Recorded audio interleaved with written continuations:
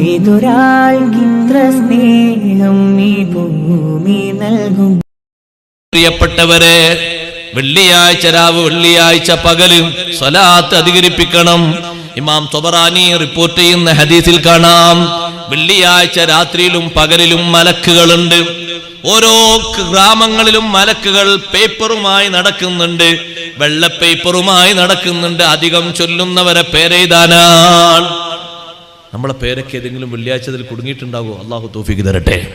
ഇഷ്ടം പോലെ ഉണ്ടാകട്ടോ. നല്ലോണം സ്വലാത്തില്ലുന്ന നല്ല ഇഖ്ലാസുള്ള ഉപ്പമാരും ഉമ്മമാരും ഇന്നുണ്ട്, ഒരുപാടുണ്ട്. 10,000 സ്വലാത്ത് ഓരോ വെള്ളിയാഴ്ച രാവിലെ ചൊല്ലുന്നവരുണ്ട്. അവർക്കൊക്കെ എന്തൊരു അഭിമാനം.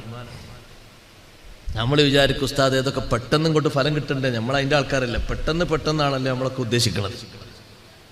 കിട്ടുന്ന ഫലം ചെറുതല്ല.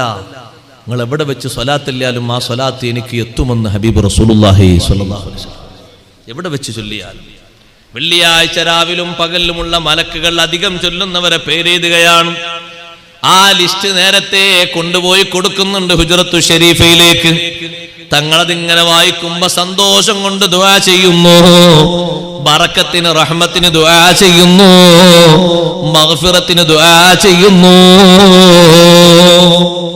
ഹുബ്ബ് സ്വലാത്ത് ഹുബ്ബിന്റെ അടയാളമാണ്. സ്വലാത്ത് അധികരിപ്പിക്കുന്നത് ഹുബ്ബിന്റെ വലിയ അടയാളമാണ്. സ്വലാത്ത് അധികരിപ്പിക്കുന്നത് ശഫാഅത്തിന് കാരണമാണ്. സ്വലാത്ത് അധികരിപ്പിക്കുന്നത് ആഖിറത്തിന് പരിചയം കിട്ടാൻ കാരണമാണ്.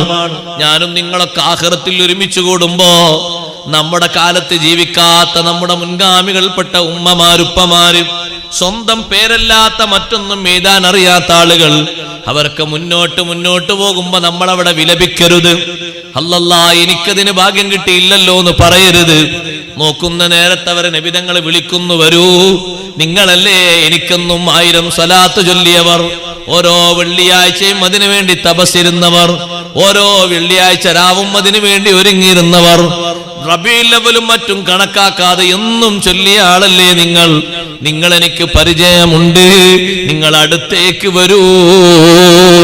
അടുത്തേക്ക് അവരെ വിളിക്കുമ്പോ നമ്മൾ പുറത്താക്കപ്പെടുന്നവരാകരുത്, പുറം തള്ളപ്പെടുന്നവരാകരുത്.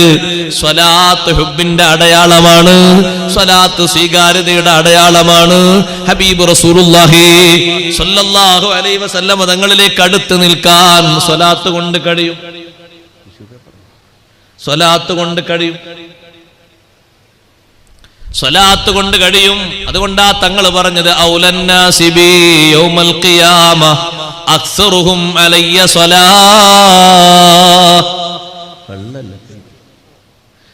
ജനങ്ങളിൽ എന്നോട് ഖിയാമത്ത് നാളിൽ കൂടുതൽ അടുത്ത് നിൽക്കുന്നവർ ധാരാളം എനിക്ക് സ്വലാത്ത് ചൊല്ലിയവരാണ്. നമ്മളെ ഖൽബ് നന്നാകാൻ, പാപങ്ങൾ പുറത്തു കിട്ടാൻ, ഹബീബ് റസൂലുള്ളാഹി സ്വല്ലല്ലാഹു അലൈഹി വസല്ലം നമ്മളെ സ്വീകരിക്കാൻ. പച്ചവെള്ളമാണ്, ഞാനിപ്പോ ചൂടായി നിൽക്കാം. പച്ചവെള്ളമാണ്. നബി സല്ലല്ലാഹു അലൈഹി വസല്ലം തങ്ങളുടെ പേരിൽ സ്വലാത്ത് ചൊല്ലുന്നത്, അവിടുന്ന് ഇങ്ങോട്ടതിന്റെ അനുരണ പ്രതിഫലനം ലഭിക്കും. ലഭിച്ചത് കൊണ്ടല്ലേ തങ്ങൾ സ്വപ്നത്തിൽ വരുന്നത്, സ്വപ്നത്തിൽ വന്ന് നിർദ്ദേശങ്ങൾ തരുന്നത്. എത്ര പേർക്ക് ആ മഹത്വം കിട്ടിയിട്ടുണ്ട്. ഏത് കർമ്മങ്ങൾ ചെയ്യുന്നവരാണോ സ്വലാത്ത് കുറക്കരുത്. 24 മണിക്കൂർ ജീവിതത്തിൽ ടൈം ടേബിൾ നിർണയിച്ച് ജീവിച്ച മഹാനാണ് ഷാഫി ഇമാം റളിയല്ലാഹു അൻഹു. ദിനേന ടൈം ടേബിൾ ഉണ്ട്. ഓരോ ദിവസവും, എല്ലാ ദിവസവും ടൈം ടേബിൾ ഉണ്ട്. ക്രമീകരിച്ച ജീവിതമാണ്. രാവിലെ സുബ്ഹിന്റെ മുമ്പ് തന്നെ എഴുന്നേൽക്കും, 1-2 മണിക്കൂറുകൾ മുമ്പ്. എന്നിട്ട് തഹജ്ജുദിനും ഇസ്തിഗ്ഫാറിനും ദുആഇനും കരയാനും പറയാനൊക്കെ നേരം കണ്ടെത്തും. സുബ്ഹി നിസ്കാരം കഴിഞ്ഞാൽ ഉച്ചവരെ ദർസ് നടത്തും. എല്ലാ ദിവസവും മഹാനവറുകൾ ദർസ് നടത്തും. അങ്ങനെ അത് കഴിഞ്ഞാൽ പിന്നെ അടുത്ത ടൈം അസ്ർ വരെ കൃഷിയിടത്തിലായിരിക്കും. സ്വന്തം കൈകൊണ്ട് കൃഷി ചെയ്ത് ജീവിച്ച മഹാനാണ് ഷാഫി ഇമാം റളിയല്ലാഹു അൻഹു. കൃഷിയിടത്തിൽ അസ്ർ വരെ അതിനു വേണ്ടി സമയം ചെലവഴിക്കും. അസ്ർ വാങ്കൊടുത്താൽ പിന്നെയും ജമാഅത്തിന് പോകും. അത് കഴിഞ്ഞാൽ പിന്നെയും വീട്ടിലേക്ക് വരും, ആവശ്യ വസ്തുക്കൾ വാങ്ങിക്കൊടുക്കും, കുട്ടികളുമായി സംസാരിച്ച് കുറച്ചു നേരം അവിടെ ചെലവഴിക്കും. മഗ്രിബാകുമ്പോഴേക്ക് വീണ്ടും പള്ളിയിലെത്തും. വീണ്ടും വിജ്ഞാനത്തിന്റെ ചർച്ചയിലും ഹദീസ് കൊണ്ട് മനനം ചെയ്തെടുക്കുന്നതിലും ഹദീസ് ശാസ്ത്രത്തിൽ മറ്റുള്ളവർക്ക് അറിവ് പകരുന്നതിലും മഹാനവറുകൾ സഹായിക്കും. പിന്നെ ഒരു 2-3 മണിക്കൂർ മഹാനവറുകൾ ഉറങ്ങും. 24 മണിക്കൂറും ഇങ്ങനെ കൃത്യമായി ജീവിച്ച മഹാൻ അഷ്റഫുൽ ഖൽഖ് റസൂലുള്ളാഹി സ്വല്ലല്ലാഹു അലൈഹി വസല്ലം തങ്ങളിൽ നിന്ന് ഏറ്റവും വലിയ ഭാഗ്യം നേടിയെടുത്തത് സ്വലാത്ത് കൊണ്ടാണ്. ഇബ്നു ബയാനിൽ ഇസ്ബഹാനി തങ്ങൾ പറഞ്ഞില്ലേ, ഞാൻ അല്ലാഹുവിന്റെ റസൂലിനെ കണ്ടപ്പോൾ ചോദിച്ചു, നബിയേ, ഷാഫി ഇമാം റളിയല്ലാഹു അൻഹുവിന് തങ്ങൾ നൽകുന്ന സ്ഥാനം എന്താണ്? അല്ലാഹുവിന്റെ ഹബീബ് പറഞ്ഞു, സഅൽതുല്ലാഹ അല്ലാ യുഹാസിബഹു, ആഖിറത്തിൽ ഒരിക്കലും ഷാഫി ഇമാം തങ്ങളെ വിചാരണ ചെയ്യരുത് എന്ന് ഞാൻ അല്ലാഹുവിനോട് ചോദിച്ചിട്ടുണ്ട്. ചോദ്യം ചെയ്യൽ അങ്ങോട്ട് കുടുങ്ങിയാലേ, ഉത്തരം മുട്ടിയാൽ കുടുങ്ങി. മന്നൂഖിഷ ഫിൽ ഹിസാബി ഹലക. അല്ലാഹു നമുക്ക് സലാമത്ത് തരട്ടെ. ചോദ്യമില്ലാതെ രക്ഷപ്പെടുന്ന ആൾക്കാരെ കാണുമ്പോൾ നമ്മളൊക്കെ വിചാരിക്കും, പടച്ചോനെ ഞാനും അങ്ങനെ പോയിരുന്നെങ്കിൽ. ഇവിടെ തന്നെ ചോദ്യത്തിന് ഉത്തരം പറയാൻ കഴിയുമോ? നേർക്കുനേരെ ചോദിച്ചാൽ ഒരു പ്രതിപട്ടികയിൽ ഇല്ലാത്തൊരാൾ ചേർത്താൽ തന്നെ എത്ര വിയർക്കും. ഇല്ലാത്തതല്ലല്ലോ അവിടെ ചോദിക്കുന്നത്, ഉള്ളതല്ലേ.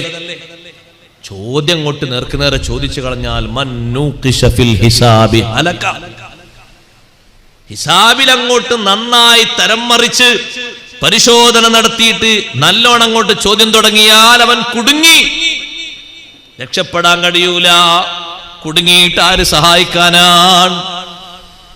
അവിടെയല്ലേ നമ്മൾ ഏറ്റവും കൂടുതൽ രക്ഷപ്പെടേണ്ടത്. അല്ലാഹു സലാമത്ത് തരട്ടെ. നാമം സ്വല്ലല്ലാഹു അലൈഹി വസല്ലം.